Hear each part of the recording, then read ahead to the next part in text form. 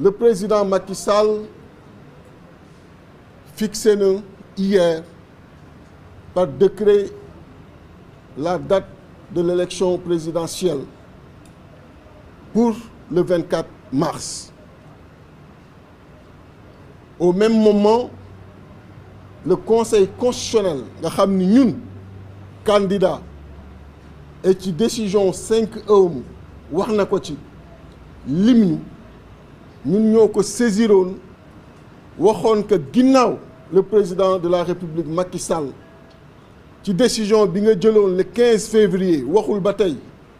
élection yi kañ la war a am war ngaa mën a tànn bis pour wax kañ la démb mu génne décision tànn le 31 mars pour élection yi wax nañu ni te moo am day tombeek donc jouru Pâques am nañu suñuy réalité yi nga xam ni nit mënu ko ignorer moo tax dëgg la le Conseil constitutionnel moo nekk ci kaw ñëpp et sa décision doit être appliquée dëgg la mais man personnellement parce que sama bopp laa mën waxal déranger wu ma que ñu organiser élection yi le 24 mars toujours dans l'esprit de sacrifice pour la démocratie dans l'esprit de sacrifice pour taaru république dans l'esprit de sacrifice pour image bu Sénégal bu nu waree wàññi campagne électorale bi jëlee ko 21 jours war ko def 15 jours awma ci problème donc ñu def que le 24 mars awma ci problème ñu def que le 31 mars awma ci problème mais nañu bàyyi xel cette réalité et li metti rek mooy li ñu naan tout ça pour ça dàq nga élection yi limub weer lan nga ci am ci diggante bi mooy loi d'amnistie boo jàllale en procédure d'urgence au niveau de l'Assemblée nationale kon lan moo waroon en réalité dàqub élection bi lan moo waroon en réalité poñe la démocratie sénégalaise lan moo waroon en réalité salfaañe le calendrier électoral dem nga bay waaj a dem natt ak anam boo ko mën a nattee gis ni sa candidat du jàll gis ni sa candidat du la remplacer nga ni kon balaay élection di am may jël le risque d'être remplacé par quelqu'un d'autre naa jël les précautions pour que li fi xew yépp ñu faase ko loolu moo wundu weer bi nga xam ni kon tegu na ci élection waxtu bi mu waroon am di le 25 février weer boobu li ko wundu moo doon fexe ba ci diggante bi noo accéléré pour am une loi d'amnistie est-ce que loolu jaroon na tey Sénégal di vivre li nga xam ni vivre na ko et ñun acteurs politiques yi suñu malheur par moment mooy dañuy fàtte ni du ñun képp ñoo téye Sénégal du ñun képp ñoo nekk Sénégal du ñun képp ñoo ŋànk Sénégal te suñu ay jëfin suñu ay doxalin dañuy poñe activité bépp sénégalais ak bépp sénégalaise foo mën a nekk biir réew ak bitim réew waxuma laak élection nga xam ni dafa war a am ku gañe ku yàlla teg ko ñu mën a avancer jàll ci leneen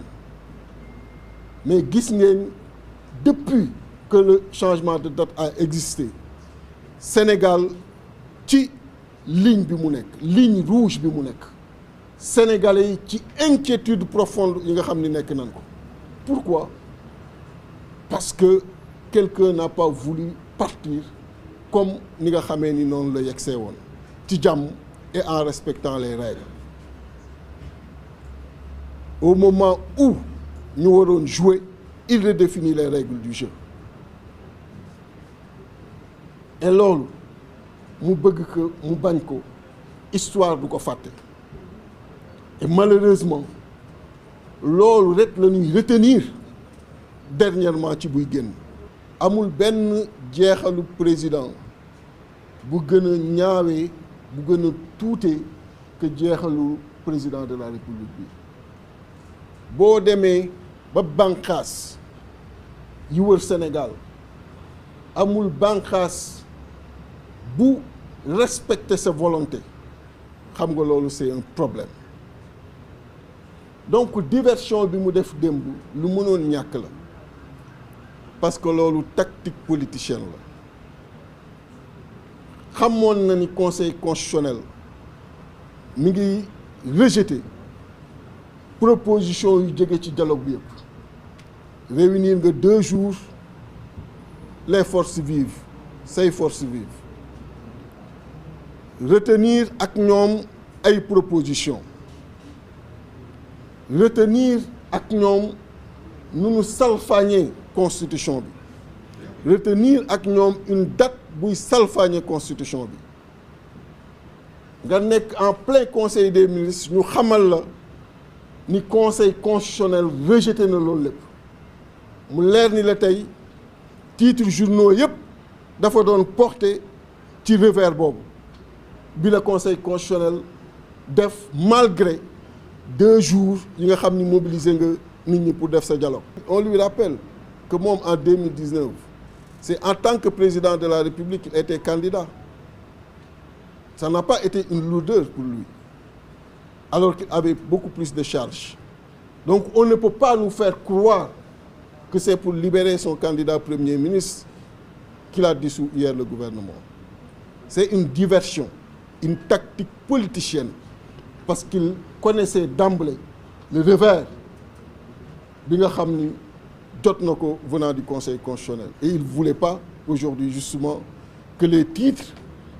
consacrés wu spécifiquement ci revers yooyu moo tax mu dugal dissolution gouvernement bi dugal un premier ministre ñu koy wax et ça a toujours été une revendication de toutes les oppositions qui se sont succédées. On veut un ministre de l'Intérieur neutre, indépendant et consensuel pour l'organisation de cette présidentielle. D'y appeler tous les Sénégalais à la vigilance au niveau des bureaux de vote, à la vigilance sur le terrain pour que li nekk ci xol yi li nekk ci xel yi li nekk ci dënn yi mën a génn bis boobu ci urne yi bu mu ñu indil un ministre de l'Intérieur partisan bu mu ñu indil un ministre de l'Intérieur buy njuuj njaaj nañu indil un ministre de l'Intérieur qui est à la hauteur des enjeux du moment parce que dañu génn ci période bu trouble, une période préélectorale trouble. Il ne faudrait pas, à travers les pratiques de l'organisateur des élections, le jour du scrutin, nous plonger dans une page beaucoup plus trouble que page préélectorale. Et donc, nous allons mettre en garde le président de la République sur cette nomination. Et lii may wax, je suis très à l'aise parce que lui, en tant qu'opposant en son temps, disait également la même chose et vous étiez là. Donc, il n'a qu'à faire en sorte que kii ñëw donne une personnalité neutre et indépendante. Di wax Sénégalais yëpp que la coalition Déthié Fall 2024 dès ce dimanche au plus tard sera sur le terrain politique, sera en campagne partout au Sénégal, de tendre la main aux Sénégalais et aux Sénégalaises d'ici et dans la diaspora à ce que nous accompagnions cette caravane de la vérité, cette caravane de la constance,